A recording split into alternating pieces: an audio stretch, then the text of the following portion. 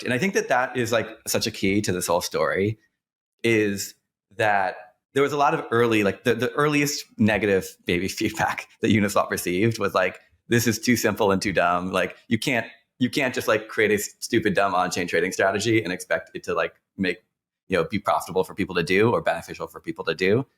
And I think in a way they were right. In a way it was too stupid and dumb to really like, exist forever.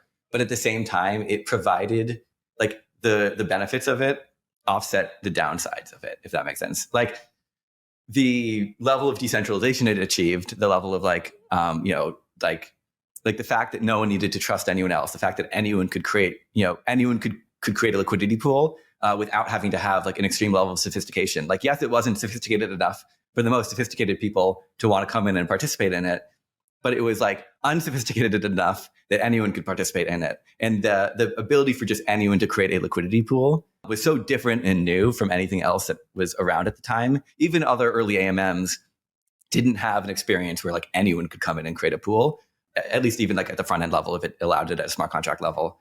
So that was such a big unlock that it didn't matter how inefficient the system backing it was at the time, because there was no other way to do the things that allowed you to do for certain people.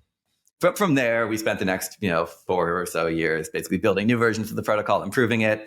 V2 took it from V1 basically only allowed you to trade between ETH and an ERC20 token, and it was kind of a interesting, very opinionated, simple. Like it was my first coding project is one way to look at it, and so it was okay, but it wasn't a system on which an entire like industry could be built, to put it one way. And so V2 really was just like upping like the architecture, the code quality.